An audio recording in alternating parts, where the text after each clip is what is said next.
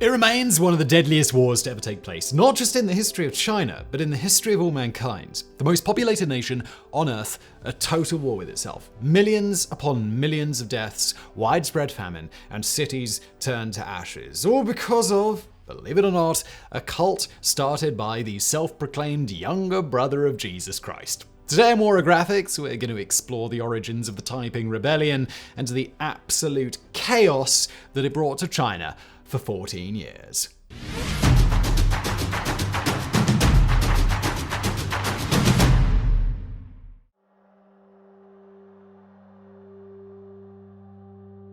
On January 1st, 1814, a young boy was born on his family's farm in southeastern China. This boy was Hong Xiuquan, and from a young age, it was clear that Hong had an exceptionally bright mind. His parents picked up on his interest in academia and did their best to provide him with the best possible education, sacrificing quite a bit of money in the hopes that he might one day land himself a high-paying government job. For some brief context, at this point in Chinese history, citizens were selected for various political offices based not on their money and family, but on their intellect and knowledge, which they displayed in passing imperial examinations, or keiju. There were several levels within the keiju, beginning with entry-level and intermediate exams, which would grant you access to the more difficult exams, which could eventually lead to various degrees of graduation and a comfy, prestigious role in the state. And when we say these exams were difficult, we really do mean it. Forget any maths or physics tests you thought were tough. These tests had well over 1 million applicants every year, and throughout the various levels, some had a passing rate of just 1%, as oftentimes only the best of the best were selected to advance. Imagine getting 98% and still failing because some people got 99. That's how ridiculously hard these things were. The exams tested your reading and writing skills using ancient Chinese tablets as source material, and because of how tight the margin for error was, even the slightest mistake would certainly mean failure. Despite the seemingly impossible challenge he would face, Hong was determined to pass these tests, escape his lower social class, and lift his family out of poverty. It was his golden ticket to the good life. At first, everything was off to a great start when he nailed the preliminary exams, placing first out of all the applicants. After this, he traveled to the city of Guangzhou to take the imperial examinations, and he failed them. Failing the exams isn't the end of the world, though, as you were allowed to retake them as long as you could pay for it. Unfortunately for Hong, his parents' finances weren't in the place to keep funding his education, so he returned to his village and began working as a schoolteacher to save money, still holding on to his dreams. By the age of 22, Hong had saved up enough money to return to Guangzhou and retry the exams, only to fail them for a second time. His dreams were crushed once again, but before he returned home to his village, something happened in Guangzhou that would eventually change the course of Hong's life. He ran into a Christian missionary. The missionary was Edwin Stevens, a Protestant missionary from the United States. Edwin had been teaching at Yale before accepting a position to preach along the Chinese coast, but so far, he hadn't been having much success. People didn't seem too interested in his message, and to make matters worse, he didn't even speak Chinese, so he was only able to preach through an interpreter, Liang Fa. When Hong ran into the preaching pair, he listened to a brief, intriguing message that was given in a pamphlet titled "Good Words to Admonish the Age," but Hong did what most others did. He stuffed the booklet away and forgot about it. Hong returned home and he went back to teaching. In 1837, Hong failed the imperial examinations for a third time. At this point, years of studying and piles upon piles of money had essentially been flushed down the drain, and the stress and shame drove Hong to a complete mental breakdown. He was bedridden and had a high fever, and he could barely put together a coherent sentence. He was in such bad shape that his family thought that he was going to die. It was during this period of delirium that Hong supposedly fell into a deep dreamlike state for several days and had a detailed vision of heaven. He was in awe by what he saw, most notably including a heavenly family entirely distinct from his earthly family. His father figure of this new family, wearing a black robe and sporting an epic golden beard, gave Hong a sword and a golden seal and asked him to battle with the evil spirits that had taken over his realm. Wielding this sword, he went to join a spirit army along with a heavenly brother, and he vanquished the demons that were troubling his celestial mother and father. A lot of other things went down in this dream, but suffice to say that Hong was told about the evils of the world and that he was doing his duty to bring about a change. He even saw Confucius being punished for leading China astray. Now, let's be honest, most of us have had equally wacky dreams, but this one was different. It really stuck with Hong. Even after his mental state had recovered, he was different. He was kinder, smiled more, and seemed more self-confident. He happily went back to teaching and stuck with it for the next several years, bouncing from school to school in nearby villages. But all of that changed in 1843 when Hong was suddenly reinvigorated to take another crack at the imperial examinations. And let's just say the fourth attempt went about as well as the first three. And by the way, in hindsight, it's pretty clear that the imperial exams were getting a bit rigged by this point anyway, so perhaps Hong was doomed to fail from the beginning. Looking for any scrap of meaning or direction in his life, he was reminded by a relative to take another look at the Christian pamphlet that he had received years ago, and when he started to read it, everything clicked. With the perspective of Christianity, he began to interpret the fever dream that it had years ago, that Celestial Father was God and Jesus Christ was the elder brother that had fought alongside against the demons. And this wasn't just symbolic. Hong believed himself to literally be the Son of God and the brother of Christ, and as such, it was his duty to bring righteousness to this world, just as he had done to the spiritual world in his vision. He tore down and destroyed any statues or symbols of Buddhism and Confucianism in his house and immediately took up preaching his version of Christianity around the neighborhood. As you can imagine, Hong's neighbors weren't too happy with this preaching, especially when he and his new followers started toppling larger statues around the city. He had gone from respectable tutor to a religious fanatic who was smashing educational tablets, and so, well, Hong was banned from teaching in the village, but he didn't mind that too much because preaching had become his new full-time job, and he was actually gaining quite a few followers, including many of his relatives who apparently now believed that he was actually the Son of God.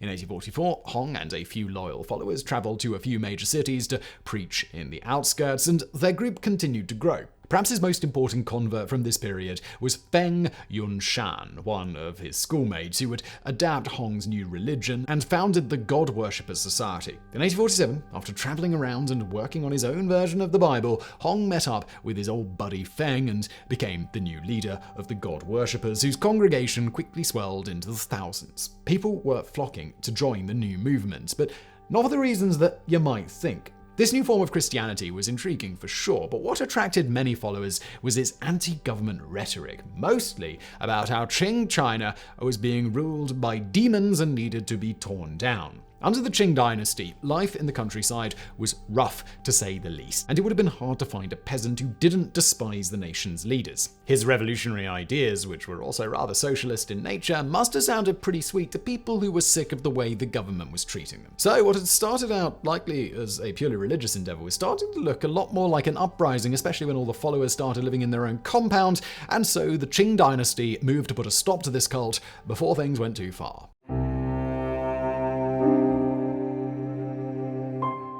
The first open conflict broke out in the southern province of Guangxi, where a famine had been ravaging the local farmers for a few years. This famine had driven tons of the locals to join Hong's movement, but in 1850, Qing imperial troops marched through the villages and threatened to kill any converts. In response, Hong declared the formation of his own new dynasty, the Taiping Heavenly Kingdom, of which he was the Heavenly King. Hong organized an army out of the Taiping, somewhere between 10,000 and 30,000 men, and after they had all tied a red cloth around their head, they were prepared to battle with the government forces. In January 1851, they clashed with over 7,000 Qing soldiers, marking the very first casualties of the religious rebellion. Hong was surrounded in the early hours of the fighting, but reinforcements arrived in time and he was able to escape capture. Several days of intense fighting ensued, and Hong's divisions showed their determination. They weren't just a raggedy bunch of gangsters. They were organized into separate columns of men and women led by a hierarchy of commanders and officers fighting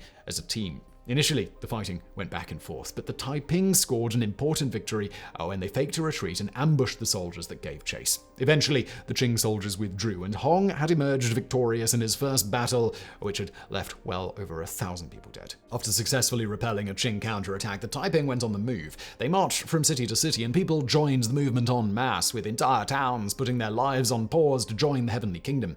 Everyone was convinced that this was the future of China, and both men and women were prepared to fight for it. With the number of soldiers in the army quickly approaching 1 million, in 1853, Hong launched a new offensive. On March the 6th, a force of around 750,000 Taipings laid siege to Nanjing, where roughly 80,000 Qing soldiers desperately held their ground. The siege lasted 13 days, during which tunnels were dug under the inner city walls to plant explosives, and Taiping spies dressed as Buddhist monks set fires around the city to signal the weak points in the defenses. When everything was ready, the charges were detonated. 2 of the bombs went off flawlessly, but one explosion was delayed and ended up accidentally killing many Taiping soldiers. Despite the hiccup, there was enough room in the crumbling walls for the Taiping to charge into the remaining defenses, which they stormed in an immense full frontal assault, completely overrunning the Qing defenders. Nanjing had fallen, and it was declared the heavenly capital of the rising kingdom. After the new capital had been established, Hong organized two new offensives, the Northern Expedition and the Western Expedition. The ultimate goal was to use these two offensives as a pincer, enabling the Taiping to encircle the majority of China. The Northern Expedition first intended to capture Beijing, which would have been a crucial blow to the Qing. But instead of immediately going for Beijing, they decided to first attack the nearby city of Tianjin, which turned out to be a stubborn stronghold. Battles with Qing divisions were costly and gave Beijing plenty of time to gather reinforcements. Eventually, the Northern Expedition was forced to turn around, having utterly failed. Had they attacked Beijing first as originally planned, it's likely things would have gone very differently. While the Northern Offensive was a failure, the Western Offensive fared a bit better. Dozens of cities were captured and tens of thousands of Qing troops were murdered. But, most importantly, the newly captured cities were a lucrative place to recruit new soldiers, and the Taiping movement grew significantly.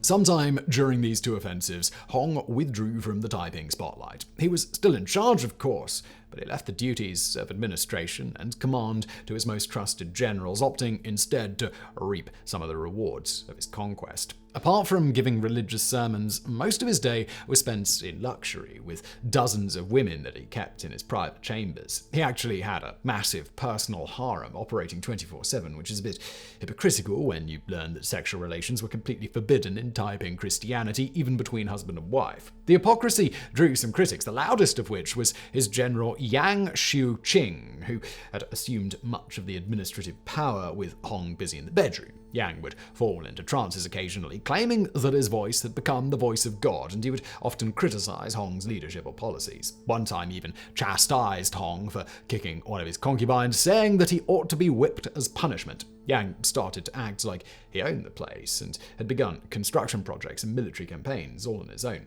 Eventually, Hong got sick of this, and in June 1856 he finally snapped. This was when Yang had summoned Hong to his quarters and, proclaiming to be speaking the word of God, claimed authority over him. And to top it off, after this little sermon, he ordered the three top generals to march to different provinces without consulting any other leadership. Hong called this move treason and ordered the generals to return to Nanjing at once. When everyone was back in the city, Hong ordered his men to assassinate Yang, and they proceeded to do this in the bloodiest manner possible. After storming his estate, they murdered him in his own house and killed his family and his servants as they fled. They also made sure to take care of his loyal followers by luring them into a trap where they were imprisoned and systematically beaten to death, a process which took 2 months to finish and ended up killing between 5,000 and 10,000 people. One of the generals, Wei, was largely blamed for how bloody the whole affair had turned out, and tension started growing among the generals, fearing that Wei might turn on them too.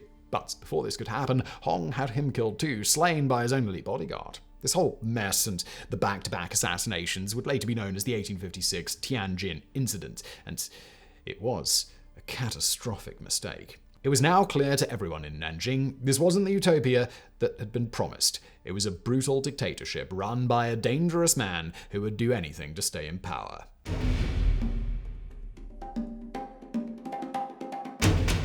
One of the last victories scored by the Taiping came in May 1860, when they finally repelled the Qing troops that had been besieging Nanjing for 7 years. They carried the momentum from this into further battlefields, capturing the provinces of Jiangsu and Zhejiang, the wealthiest of the Qing dynasty. By now, the Taiping were purchasing weapons from international smugglers, mostly American, and had even formed their own little navy of captured government ships. But their luck was about to run out. Part of the reason the Taiping Rebellion had been allowed to flourish for so long was because the Qing army was actually fighting multiple wars at once, including other concurrent rebellions, but also the Second Opium War against the British and French empires. But that war ended in October 1860, and now the Qing were able to focus all of their might on the Taiping. And not only did they now have their hands free to bring a fair fight, but they also had some international advisors among their ranks, most notable including Frederick Ward from the United States and Charles Gordon from England.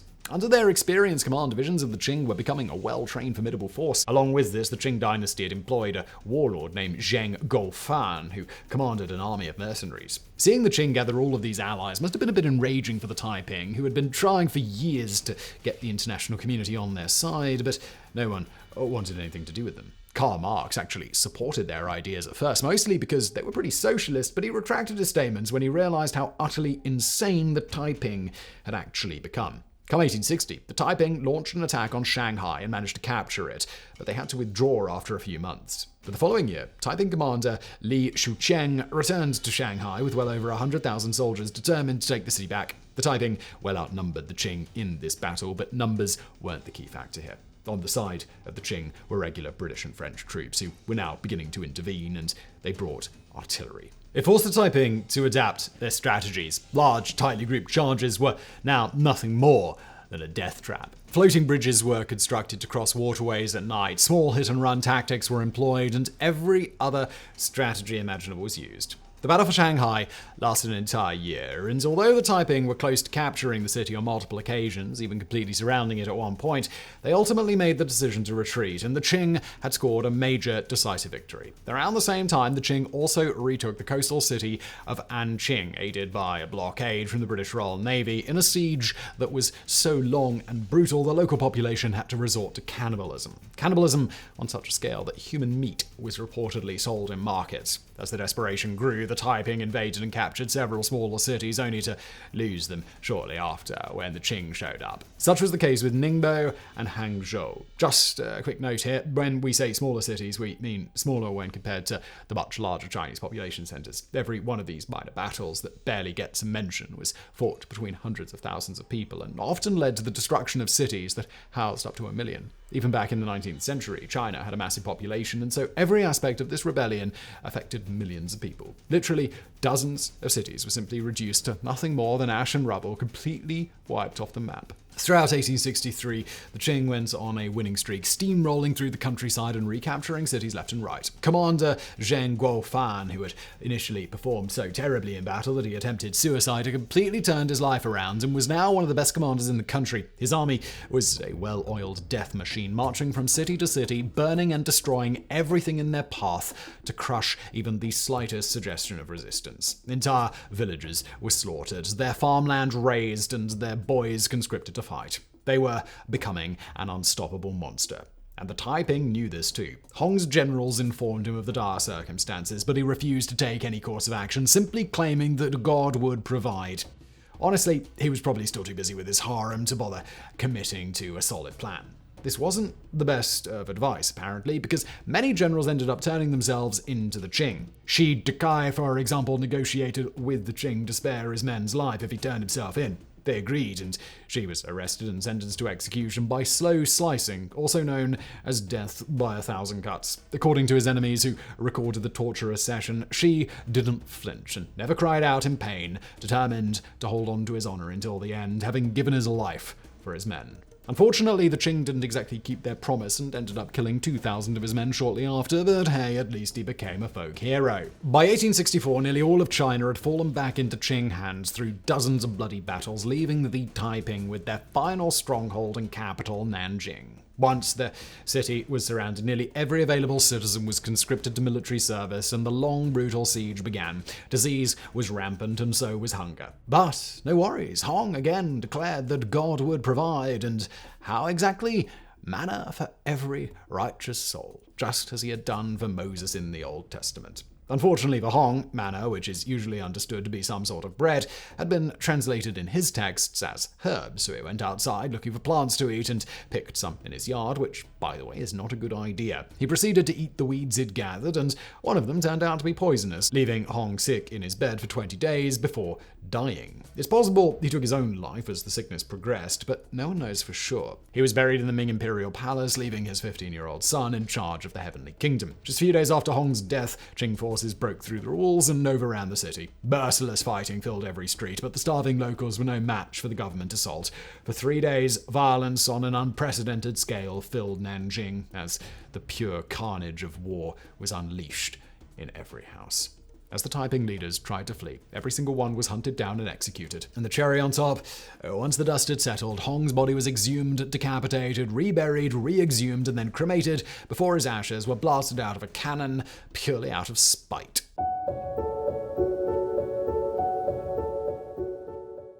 While the fall of Hong's Nanjing in 1864 marked the end of the Taiping Rebellion, some Taiping leaders refused to call it quits. Pockets of them, sometimes numbering in the tens of thousands, continued to battle the Qing for years. The last of these groups was finally defeated in 1871. China had been absolutely throttled by the years of fighting. Food was scarce, and plague was rampant as the quality of living conditions plummeted during the war. Both sides used scorched earth tactics at times and were equally responsible for massacring civilians, but as for an exact death toll, the best historians could do is estimate. There was no reliable census from the time to reference, but a pretty agreed upon figure as a death toll is between 20 and 30 million people, including both soldiers and civilians.